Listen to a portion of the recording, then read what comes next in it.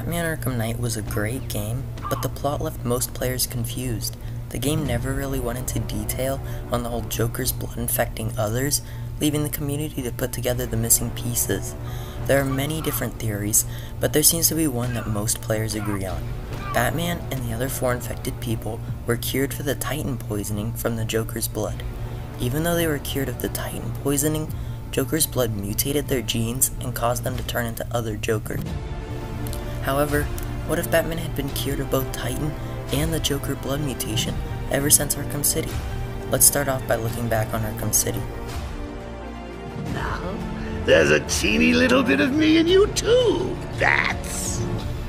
The cure Batman took at the end of Arkham City cured him completely of Titan poisoning and the Joker blood mutation. Batman was infected and then cured all in one night, not to mention the blood of the demon stopped all his symptoms for a few hours. This means that because Batman was able to cure himself so quickly, his blood had no time to mutate. What about the other 4 infected people that turned into Jokers? Joker sent his blood out to hospitals all over the city. Batman sent Robin to find anyone with the Joker's blood in them. Later, after the events of Arkham City, Batman and the police force tried to cure everyone who had had the Joker's blood transfused into them. Everyone they tracked down was able to be cured before the blood was mutated. Unfortunately, they couldn't find everyone who had the Joker's blood inside them. I know, we tracked it all down. We missed some. When Batman finally found the 4 infected, their blood had already mutated and they had become Jokers.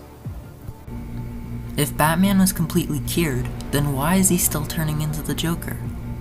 Batman, being the paranoid person he is, believed that he was still somehow infected. As the days went on, this paranoia turned into a fear, his greatest fear at that. Even though he was completely cured, he still believed that the Joker's blood was inside his body and doing something to him. He thought that he would become the exact same thing he fought against for years and years. This is why when he inhaled some of Scarecrow's fear toxin at Ace Chemicals, his fear started to come to life. Every time he had an encounter with Crane's fear toxin, his Joker hallucinations got worse and worse. It was purely a mental battle for Bruce. By the end of the game, he was finally able to overcome his fear and win the battles in his mind. Does this sound like a blood mutation to you? A blood mutation isn't something you can just fix with pure willpower. In summary, Batman was cured in Arkham City before the blood mutation, as well as everyone else they tracked down in time. The 4 people they couldn't cure before their blood mutated turned into Jokers. After seeing what happened to the 4 infected, Batman believed he is still somehow infected and could turn into the Joker at any moment. This becomes his greatest fear. This is why Batman's fear of becoming Joker comes to life when he is exposed to fear toxin.